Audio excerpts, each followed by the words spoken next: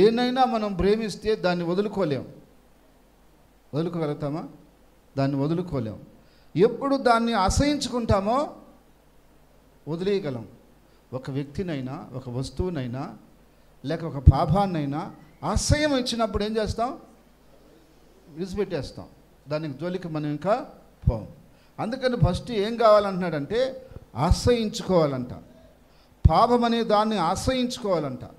దేవుడు కూడా పాపిని ప్రేమిస్తాడు కానీ పాపాన్ని ప్రేమించడు. దేన్ని ప్రేమించడు? పాపిని ప్రేమిస్తాడు, పాపాన్ని మాత్రం ప్రేమించడు. దాన్ని అసహించుకుంటాడు.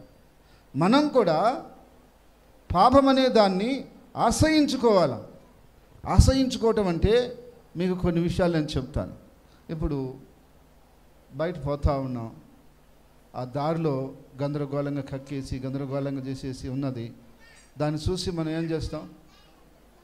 అసహించుకుంటాం, పక్కకి వెళ్ళిపోతాం. దానికాడ కాసేపు ఉందాం, కాసేపు కూర్చొని వాసన పీలుద్దాం అనుకుంటామా? ఏం చేస్తాం? దాన్ని చూడగానే పక్కకి వెళ్ళిపోతాం అసహించుకొని. చెడుతనాన్ని మనం చూసి అసహించుకోవాలంట. ఏం చేయాలి? అసహించుకోవాలంట. అయితే ఈరోజు చాలామందికి ఆ అసహించుకునేది రాలేదు కాబట్టి, ఇంకా దాన్ని ప్రేమిస్తున్నారు కాబట్టి దాన్ని వదలలేకపోతున్నారు. ఎప్పుడైతే దాన్ని అసహించుకోవటం మొదలు పెడతారో అది వాళ్ళకి దూరం అయిపోతుంది. ఇంకా దాని దగ్గరికి పోలేరు, దాన్ని జోలికి వెళ్ళరు. ఇక ఇప్పుడు ఉదాహరణకు ఒక వ్యక్తికి బాగా తాగుడంటే ఇష్టం అనుకుందాం. అయితే దాన్ని అసహించుకున్నాడు అనుకో, ఇంకా దాని జోలికి కూడా పాడు. ఇక అసలు దాని దగ్గరికి కూడా పాడు, అసలు ఆ అంగడి వైపుకి కూడా పాడు, అసలు అటు వైపుకి కూడా పాడు. ఎందుకని? అదంటే ఏమైపోయింది? అసహ్యం అయిపోయింది మనసులో. ఇంకా అసహ్యం అయిపోయిన దాన్ని మనిషి ఎప్పుడు చేయడు, ఏ మనిషి కూడా చేయడు ఇక్కడ. అయితే ఈరోజు మనం ఏం చేయాలంటుందంటే దేవుని వాక్యము, ఫస్ట్ అసహించుకోవాలా. ఏం చేయాలి? అసహించుకోవాలి. ఈ పాడు పని నాకొద్దు, ఈ పాడి బుద్ధి నాకొద్దు, ఈ పాడి యొక్క విషయాలే నాకొద్దు, అసలు ఈ పాపమే నాకొద్దు, ఇది అసలు వద్దు అని మనం అసహించుకోవాలి. ఏం చేయాలి? అసహించుకున్న తర్వాత ఇడిసిపెట్టడం అనేది చాలా ఈజీ. హల్లెలూయా. అసహించుకోకుండా దాన్ని ఇంకా మనం ప్రేమిస్తూ ఉంటే ఇడిసిపెట్టమని చెప్తే మనకు బాధ. ఎందుకని? ఇప్పుడు సిగరెట్ తాగుతుంటాడు, నువ్వు పోయి పెద్దవాడిగా చెప్తావు, రే బాబు అది వద్దురా అంటావు, వాడికి బాధ. ఎందుకు? వాడు దాన్ని ప్రేమిస్తున్నాడు.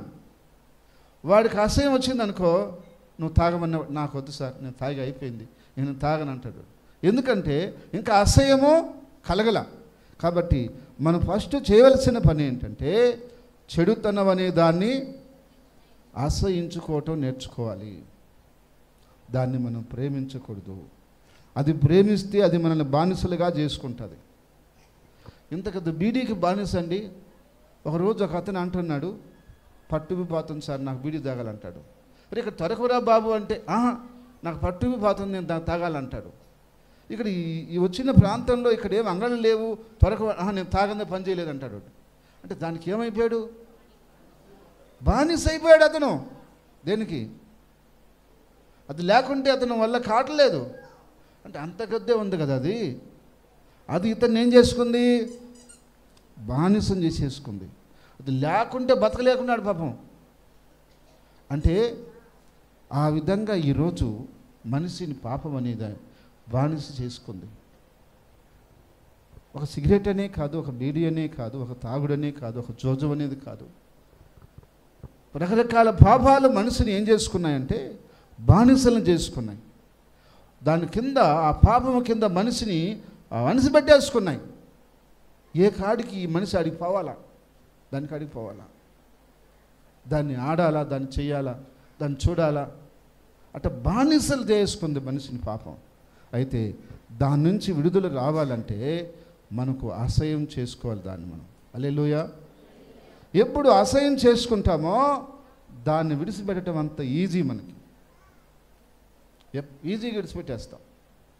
కానీ విడిచిపెట్టడం అంటే ఎలా విడిచిపెట్టాలంట? విసర్జించాలి అన్నాడు. ఏంది? దగ్గొచ్చింది, గల్లొచ్చేసింది నోట్లో, ఏం చేస్తారు? అది ఊసేస్తారు. అది విసర్జించటం. ఏంది?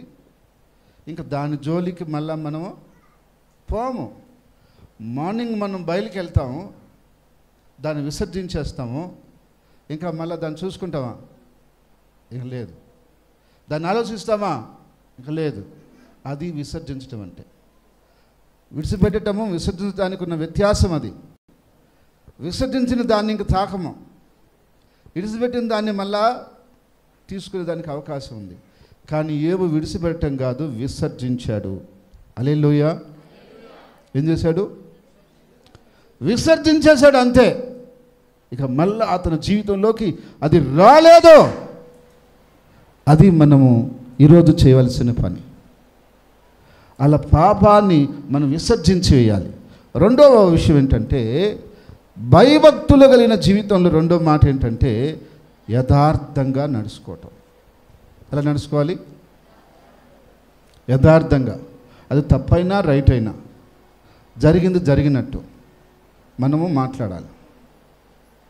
ఉన్నది ఉన్నట్టు చెప్పాలి. దాన్ని అలాగే మనము చూసినట్టుగా చెప్పాలి. మోసము, అబద్ధము, కపటము దేవునికి నచ్చవు. దేవునికి నచ్చవు. ఒకవేళ అది మనం చేసిన తప్పు కూడా అయ్యి ఉండొచ్చు. దేవుడు దాన్ని మనల్ని గొంతు కోసి పడేసేయడం. కానీ యథార్థంగా ఉన్నావా లేదని చెప్తాడు, చూస్తాడు. నువ్వు యథార్థంగా ఉన్నావా అని చూస్తాడు. అవునయ్యా, నేను ఇలా చేయటంలో తప్పు అయిపోయింది, నేను అలా చేసి ఉండకూడదు, ఇట్లా చేసేసాను అంటే దేవుడు నిన్ను కొట్టేయడు. కానీ నువ్వు యథార్థంగా ఉన్నావా లేదా అని చూస్తాడు. నువ్వు యథార్థంగా చెప్తున్నావా లేదా అని చూస్తాడు. కానీ మనిషి కాడున్న తెలివితేటలు ఏంటంటే కవర్ చేసుకోవటం. ఏంది? ఇది ప్రతి మనిషికి తెలుసు తెలివితేటలు. ఎవరికి? ప్రతి మనిషికి తెలుసు ఎలా కవర్ చేసుకోవాలా. తప్పు జరిగిపోయింది, దీన్ని అంటే కవర్ చేసుకోవాలా. మనిషి కాడ నువ్వు కవర్ చేసుకుంటే మనిషి నమ్ముతాడు, దేవుడు నమ్మడుగా.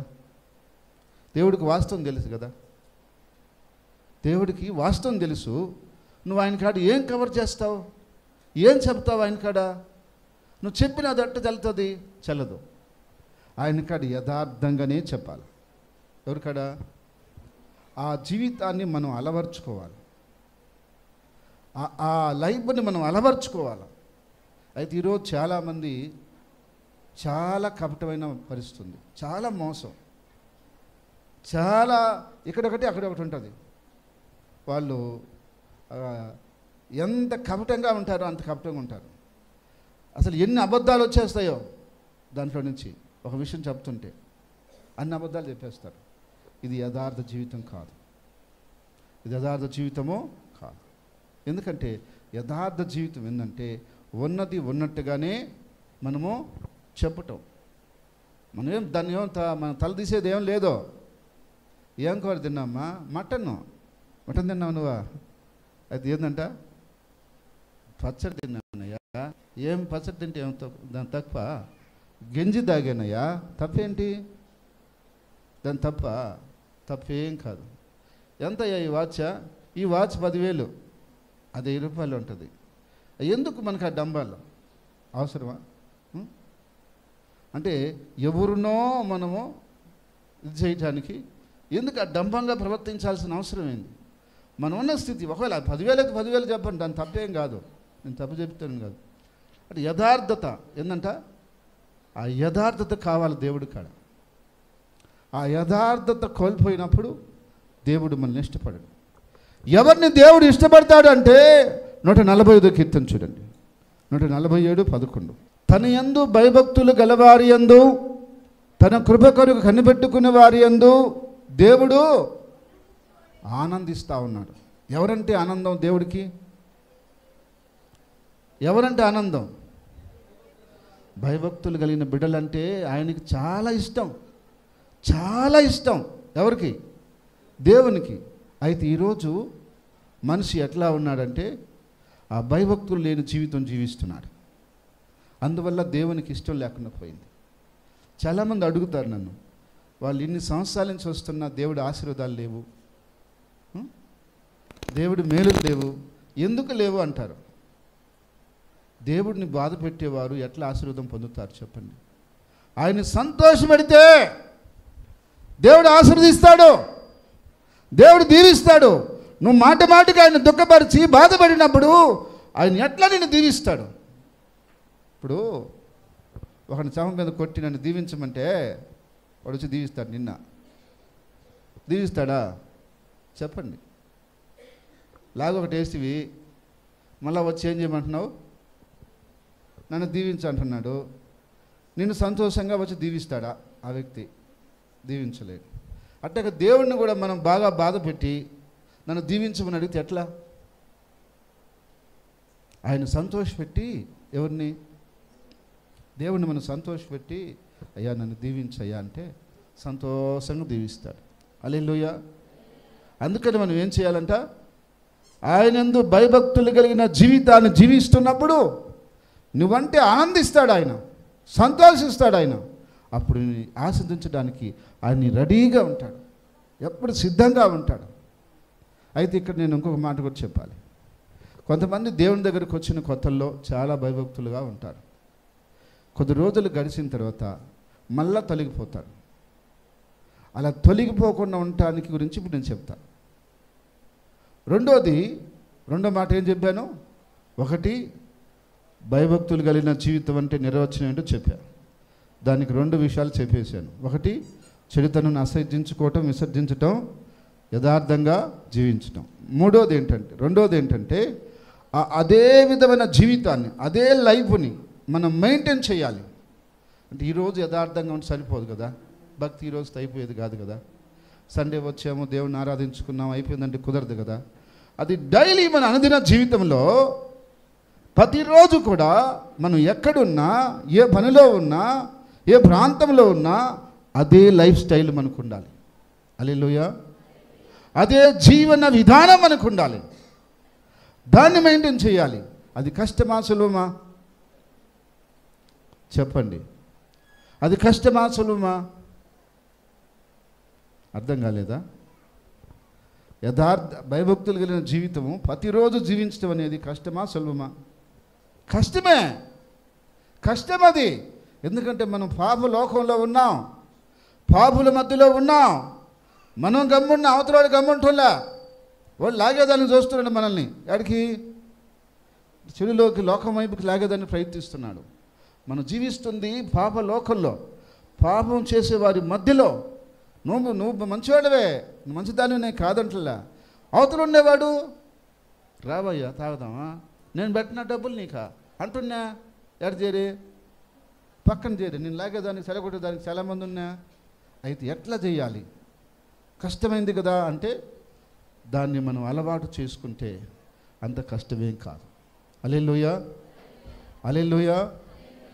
యోసేపు ఉన్నాడు, చిన్నప్పటి నుంచి ఆయన దేవునికి ఇష్టంగా జీవించాలని అలవాటు చేసుకున్నాడు.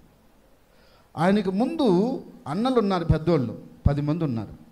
ఎవరికి ముందు? యోసేపు కంటే పెద్దోళ్ళు 10 మంది ఉన్నారు. 10 మందిని చూసి ఇతను నడవాలి లెక్క ప్రకారం. ఎందుకంటే పెద్దోడు పోయే దారిలో చిన్నోడు పోతాడు, కానీ చిన్నోడు పోయే దారిలో పెద్దోడు బాడు ఎప్పుడు. అవునంటారా కాదంటారా? పెద్దలు పోయిన దారిలో వెనకాల వాళ్ళు పోతారు, కానీ చిన్నోడు పోయే దారిలో పెద్దోడు బాడు. అయితే పెద్దోడైన వాడు మంచి దారిలో పోతే చిన్నోడు కూడా భయభక్తులుగా నడిచేదానికి అవకాశం ఉంది. అయితే పెద్దోడే దారి తప్పాడు అనుకో, చిన్నోడు ఆటోమేటిక్గా దారి తప్పుతాడు. అయితే ఇక్కడ యోసేపు జీవితాన్ని మనం చూస్తే వాళ్ళ అన్నలు తప్పులు చేస్తుంటే యోసేపు వచ్చి వాళ్ళ నాన్నకు చెప్పేవాడంట. ఏమని? డాడీ, అన్నోళ్ళు ఇలా చేస్తున్నారు, ఇలా తప్పు చేస్తున్నారు, ఇలాగ మాట్లాడుకుంటున్నారు, ఇలాగ ప్రవర్తిస్తున్నారు, వాళ్ళ ప్రవర్తన బాగాలేదు అని ఎవరు చెప్పేవాళ్ళు? నేను అడుగుతున్నా ఇక్కడ, పెద్దోడు చిన్నోడికి బుద్ధి చెప్పాలా? అవునా కదా? ఎందుకంటే పెద్దోడు కొంచెం మెచ్యూర్డ్ అయి ఉంటాడు, కొంచెం తెలివి ఎక్కువ ఉంటుంది. ఎవరికి? పెద్దవాడికి. చిన్నోడుగా ఉంటాడు కాబట్టి కూడా ఇంకా తెలివి ఉండదు కాబట్టి చిన్నవాడికి పెద్దోడు చెప్పాలా. కానీ ఇక్కడ రివర్స్లో ఉంది అవారం. ఎట్టుందంటే చిన్నవాడు ఏంటి పెద్దవాళ్ళకి గురించి చెప్తున్నా వాళ్ళు ఇతను పట్టించుకోవట్లే. రే, నాన్న ఎందుకు రా బాధ పెడతారా, ఎందుకు రా విధంగా నాన్న ఏడిపిస్తారా, అటు చేయబాకంటారా, నాన్నకు తెలిస్తే బాధపడతారా అంటాడు వీడు. ఎవరు? చిన్న అబ్బాయి యోసేపు, వాడు అంటారు నువ్వు నోరు మోసుకుపోరా, నువ్వేం మా చెప్పేదా అని వాళ్ళు అంటారు. ఎవరు? అన్నోళ్ళు. వాళ్ళు అన్నోళ్ళు కదా, పెద్దవాళ్ళు కదా. ఇది చెప్తే వినరు. ఎవరు చెప్తే? ఈయన చిన్న అబ్బాయి కదా, ఇతను వినరు. అయితే తండ్రి గమనించాడు. ఏం చేశాడు? గమనించి చిన్న కొడుకు ఆయనకి ఎంతో ఇష్టంగా ఉన్నాడని, ఎంతో దేవునికి భయభక్తులకు ఉన్నాడని ఆయన సంతోషపెట్టడానికి ఒక విచిత్రమైనటువంటి డ్రెస్ కుట్టించి ఆయనకి ఇచ్చాడు. ఎవరికి? యోసేపుకి ఇచ్చాడు. అంతే, అక్కడి నుంచి వాతావరణం మారిపోయింది. ఎందుకని అంటే 10 మంది మేము పెద్దవాళ్ళు ఉండగా మమ్మల్ని కాదని నువ్వు చిన్న కొడుక్కి మంచి డ్రెస్ కుట్టిస్తావా అని సమస్య వచ్చేసింది. అక్కడి నుంచి యోసేపు మీద వాళ్ళు ఏం పడ్డారంట? అసూయపడ్డారు. ఏం పడ్డారు? అసూయపడ్డారు. ఈరోజు కూడా జరుగుతుంది అదే. మీరు అన్నదమ్ముల మధ్య కానీ అక్కజనుల మధ్య కానీ మీరు కొంచెం బాగా మెరుగ్గా బాగా ఉంటే కిందన్నవాడు తమ్ముడైనా అన్నైనా అక్కైనా చెల్లెలైనా బంధువైనా ఎవరైనా బయట పడకపోయినా ఏమొస్తుంది? కొంతమంది బయట పడతారు, కొంతమంది బయట పడరు, కానీ మనసులో పెట్టుకుంటారు దాన్ని. వాళ్ళకి అదే వచ్చేసింది. ఎవరికి? యాకోబు కుమారులు కూడా అదే సమస్య వచ్చింది. అయితే అయినప్పటికీ కూడా యోసేపు భయభక్తులు కలిగిన జీవితాన్ని జీవించాడు. మా అన్నోళ్ళు నన్ను ద్వేషిస్తున్నారే, మా అన్నోళ్ళు నన్ను దూషిస్తున్నారే, నన్ను ప్రేమించడం లేదే అని అనుకోలే. అతను ఏం చేశాడు? భయభక్తులు కలిగిన జీవిస్తున్నాడు. వాళ్ళ అన్నోళ్ళు ఇంకా ఏం చేశారు? అతన్ని గుండెలో పడదోసి అమ్మేశారు. ఎవరిని?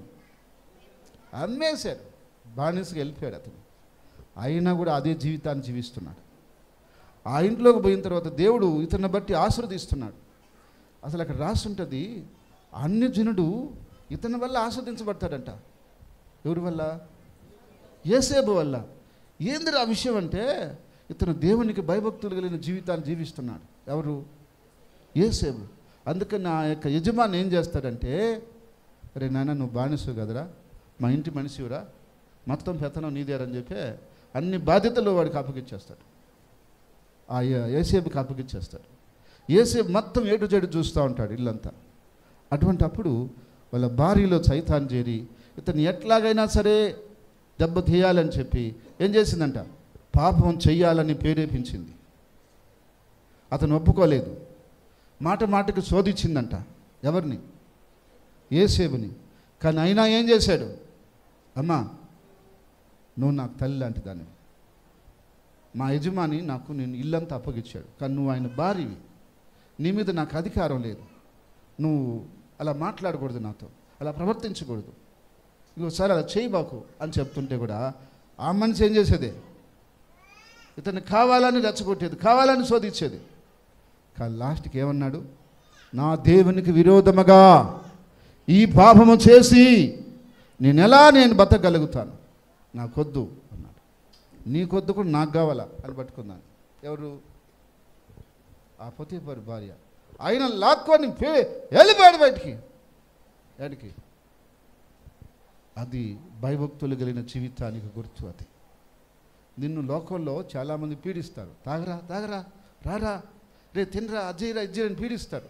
అప్పుడు నువ్వేం చేయాలా? నువ్వు తప్పించుకొని పారిపోవాలా? మా బ్రదర్ ఒక కొద్దిగా డ్రింక్ అన్నాడు, కొద్దిగా ఒక సుక్క అన్నాడు, మా ఫ్రెండ్ కోసం. అవన్నీ కుదరవు. నువ్వు భయభక్తులు కలిగిన జీవితాన్ని జీవించాలనుకున్నప్పుడు అక్కడి నుంచి నువ్వేం చేయాలి? వదిలించుకొని వెళ్ళాలంతే. వాళ్ళు ఏమైనా అనుకోని తర్వాత, ఏమైనా నీ మీద నిందయని, ఏమైనా కూడా మాట్లాడని, నువ్వు ఎవరికి ఇష్టంగా ఉండాలనుకున్నావు? దేవునికి ఇష్టంగా ఉండాలనుకున్నప్పుడు నువ్వు వదిలించేసుకోవాలి, నువ్వు దూరం చేసుకోవాలి. నువ్వు మొహమాటానికి పోయావంటే తర్వాత నువ్వు ఇబ్బంది పడతావు. అదేవిధంగా మనము దానియేలుని మనం చూసినప్పుడు ఎవరిని ఏమన్నాడు? రాజు తినే భోజనాన్ని మేము తినము అన్నాడు. ఇప్పుడు మిమ్మల్ని ఇందు భోజనానికి రమ్మని పిలిస్తే ఎంతమంది వద్దని చెప్తారు చెప్పండి? ఇందు భోజనం అంటే రకరకాల వంటకాలు ఉంటాయి కాబట్టి అందరికీ ఇష్టమే. రాజు భోజనం అంటే ఇంకెంత ఆటోపంగా ఉంటుంది, దాన్ని ఎవరు వద్దంటారు? కానీ దానియేలు స్నేహితులు వద్దు అన్నారు. వద్దు అన్నారు. ఎందుకని? అక్కడ కొన్ని తినకూడని పదార్థాలు దాంట్లో ఉన్నాయి. అది వీళ్ళ దృష్టికి వచ్చింది. అది మాకు వద్దనేసారు. వాస్తవంగా నేను గమనించిన విషయం ఏంటంటే, యవనస్తులకి నాన్ వెజ్ అంటే బాగా ఇష్టం. రైటా రాంగా? యవనస్తులకి నాన్ వెజ్ అడుగుతారా? వాటిలో పోయినప్పుడు వెజిటేరియన్ పెట్టమని అడుగుతారా? ఏదైనా మంచి బిర్యానీ ఉంటే అని అడుగుతారు. ఏది వాటిలో పోయేవనుకో ఏందంటావంటే ఏమంటారు? ఏదైనా మంచి నాన్ వెజ్ సంబంధించిన ఐటమే ఆర్డర్ ఇస్తారు. అంతేగాని ఏదన్నా సాంబార్ ఏదైనా పప్పు అయినా పోయి అడుగుతారా? పోయారు. కానీ ఈ యవనస్తులు ఎవరు? దానియేలు స్నేహితులు మంచి యవనస్తులు, ఎవరి వయసులో ఉన్నారు, తినగలగారు, అరాయించుకోగలరు వాళ్ళు. హల్లెలూయా. అయినప్పటికీ కూడా అది మాకు వద్దు. ఏది మాకు వద్దు? ఆ భోజనం వద్దు. ఎందుకు వద్దు అంటే చూడండి, దానియేలు గ్రంథము 1వ అధ్యాయం 8వ వచనం. రాజు భుజించు భోజనమును ప్రాణం చేయు ద్రాక్షారసమును పుచ్చుకొని తను అపవిత్రపరచుకొనకూడదని దానియేలు ఉద్దేశించి తాను అపవిత్రుడు కాకున్నట్లు వాటిని పుచ్చుకొనకుండా సెలవిమ్మని నపుంసకుల అధిపతిని ఏడుకున్నాడు. ఏమంటున్నాడు? ఎందుకు ఆ మాట అంటున్నాడు ఆయన? అపవిత్రం పరచుకోకూడదు, నేను దేవుని దృష్టికి అపవిత్రుని కాకూడదు, నాకు ఆ భోజనం తింటే అపవిత్రం అవుతాము, నాకు వద్దు అనుకున్నారు. ఆయన స్నేహితులు ఆ నిర్ణయం తీసుకున్నారు. అయితే ఆ యొక్క వాళ్ళ మీద ఉన్న అధికారి అంటాడు, రే బాబు, రాజు తెలిస్తే నన్ను చంపేస్తాడరా, మిగతా వాళ్ళు ఏమో మాంసం తిని బిర్రుగా బలంగా ఉంటారు, మీరేమో కూరగాయలు తిని బెట్టబారిపోయి ఉంటారు, కాబట్టి మీ మొహాలు వాళ్ళ మొహాలు చూసిన తేడా తెలిసిపోద్ది, కాబట్టి రేపు రాజు నన్ను చంపేస్తాడంటే ఒక 10 రోజులు మాకు ఆ విధంగా పెట్టి చూడండి, ఒకవేళ కానీ ఇబ్బంది ఏదైనా ఉంటే అట్లా చేద్దాము అన్నారు. అయితే ఆ 10 రోజులు తిన్న తర్వాత వాళ్ళకంటే వీళ్ళు బాగున్నారంట. ఎవరు? కానీ ఇది కొంత శక్తినిస్తుందే కానీ నాన్ వెజ్ అనేది అంత ఆరోగ్యాన్ని ఇవ్వలేదు. ఏం లేదు, అది ఇచ్చినంత ఆరోగ్యం ఇవ్వకూడదు. నాన్ వెజ్ తిని అనారోగ్యం పడి హాస్పిటల్ పోయినోడు ఉన్నాడు, కానీ వెజిటేరియన్ తిని హాస్పిటల్ పోయినోడు ఉన్నాడా? అయితే చాలామంది అనుకునే అపోహ ఏంటంటే కూరగాయలు తింటే బలం ఉండదు, మొక్కలు తింటేనే బలం అనుకుంటారు. కానీ దానికంటే ఇది ఇంకా బలము, ఇంకా ఆరోగ్యం. హల్లెలూయా. అట్టని మిమ్మల్ని తినొద్దని నేను చెప్పట్లా, అట్టని తిని మానేస్తాడు, మీరు మానర్లే, కానీ చెప్తున్నా. కానీ ఇది కూడా బలమే. కొంతమంది మొక్కలు తెచ్చుకొని తినాలని అనుకుంటుంటారు, మాకు డబ్బులు లేక ఇది తింటున్నామని. కాదు, మీరు ఇంకా ధన్యులే అని చెప్తాను నేను. హల్లెలూయా. ఎందుకంటే ఇది కూడా మనకి ఆరోగ్యం. నేను ఒక 90% తగ్గించేసాను నాన్ వెజ్ని. ఎందుకంటే దానికంటే ఇది ఆరోగ్యం అని నాకు ఎప్పుడూ అర్థమైంది, ఎప్పుడో నేను తెలుసుకున్నా. అందుకని నేను ఏదో సాంగ్యాన్ని కట్టా, కానీ మన వాళ్ళు వదులుకోరు. పాస్టర్ కంటే 2 గంటలు వేయాల. వద్దన్నా కూడా మొన్న ఒక ఆమె వద్దన్నా, నేను మళ్ళీ వేసుకుంది, నిన్న ముద్దాక పడేసాను. నేను వద్దున్నప్పుడు ఆపేసాను. ఎవరన్నా అనవసరం చేయకూడదు, నేను ముందుగా చెప్తున్నా. ఎవరైనా తినలేనన్నప్పుడు ఏం చేయాలా? నువ్వు తినే వేయకూడదు. అప్పుడు ఏంది? అప్పటికి అర్థం తినేవాడికి లేకుండా పోద్దాడా? తిన్నాడేమో పడేస్తాడు, తినేవాడికి లాస్ట్కి ఉండదు. తింటానన్న వాడికి వేయండి, తినాలన్నవాడికి మానేసేయండి. ఎందుకంటే అర్థం చేయటం మనకి మంచిది కాదు. కాబట్టి ఇక్కడ వాళ్ళ ముఖాల కంటే వీళ్ళ ముఖాలు ఎట్టున్నాయంట? బాగా తేటగా ఉన్నాయి. వాళ్ళు ఆ విధంగా నడుచుకున్నారు కాబట్టి వాళ్ళు ధన్యులయ్యారు. ఈరోజు మనం కూడా మన యొక్క అనుదిన జీవితంలో అలాంటి లైఫ్ స్టైల్ని మనము కొనసాగించాలి. అలాంటి లైఫ్ స్టైల్ అంటే చెడుతనాన్ని విసర్జించటం, యథార్థంగా నడుచుకోవటం. ఎవరన్నా వచ్చి ఒక అన్నిటి నీతో మాట్లాడితే అతను చెప్పాలా, అతని మాట కరెక్టు, అతను యథార్థంగా ఉంటాడు, అతను ఆ మాట చెప్పాలి, ఆ విధంగా జీవిస్తాడు, అతను అట్లుంటాడు అని చెప్పాలి. కానీ అతను అంత అబద్ధాలయ్యా, నోరు తెరిస్తే అబద్ధం చెప్తాడా అన్నారనుకో, ఇంకేముంది? భయభక్తి కలిగే జీవితమే లేదు మనకాడ అని అర్థం. కాబట్టి అందుకని దేవుని యొక్క వాక్యం ఏం చెప్తుంది?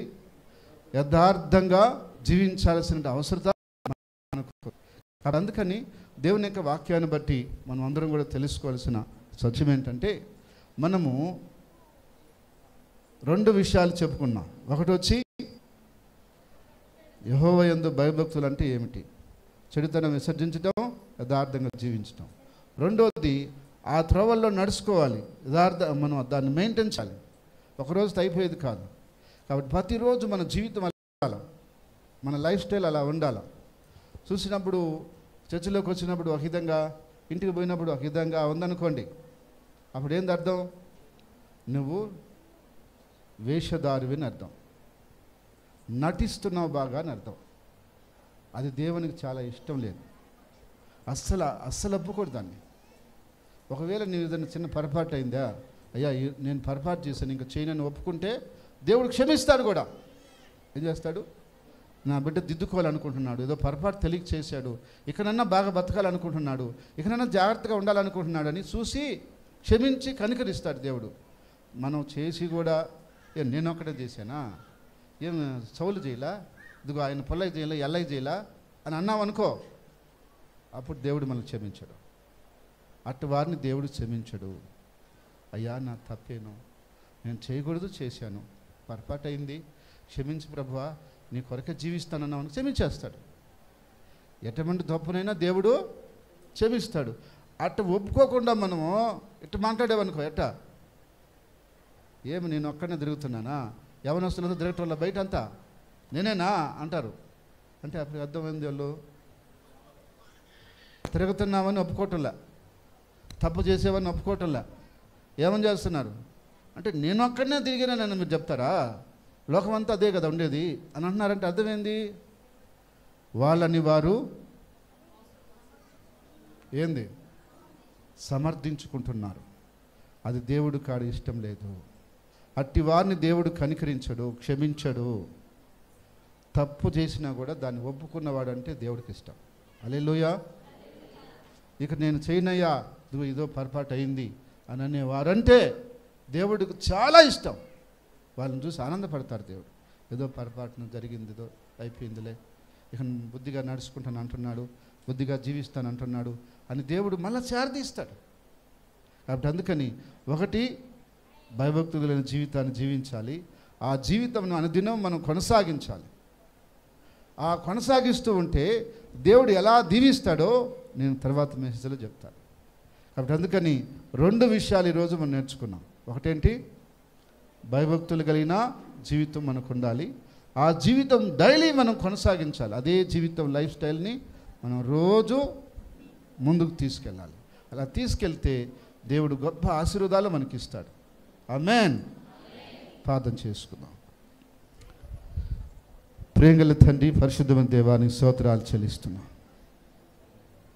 ఇంతవరకు మీరు మాతో ఉండి మమ్మల్ని నడిపిస్తున్న విధానం కొరకే స్తుతిస్తున్నాం తండ్రి.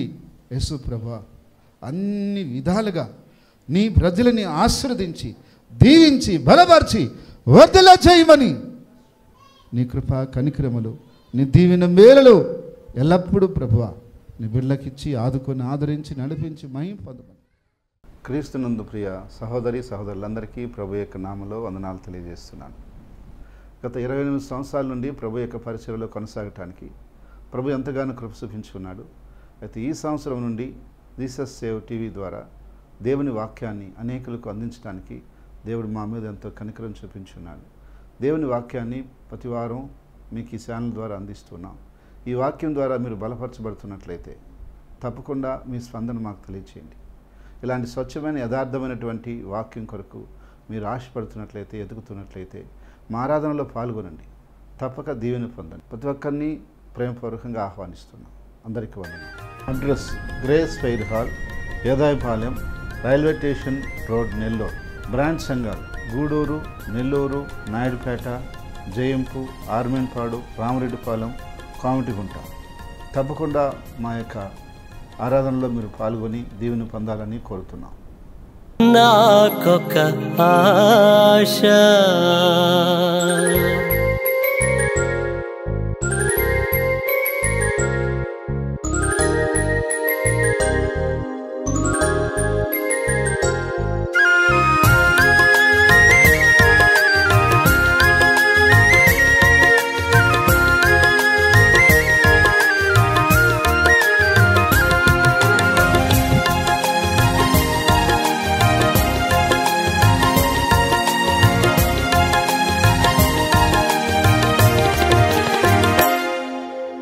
యేసయ్యా నాకొక ఆశ, యేసయ్యా నాకొక ఆశ, నిన్ను చూడాలని, నిన్ను చేరాలని, నిన్ను చూడాలని, నిన్ను చేరాలని, పరలోకాన నీతోనే ఉండాలని యేసయ్యా.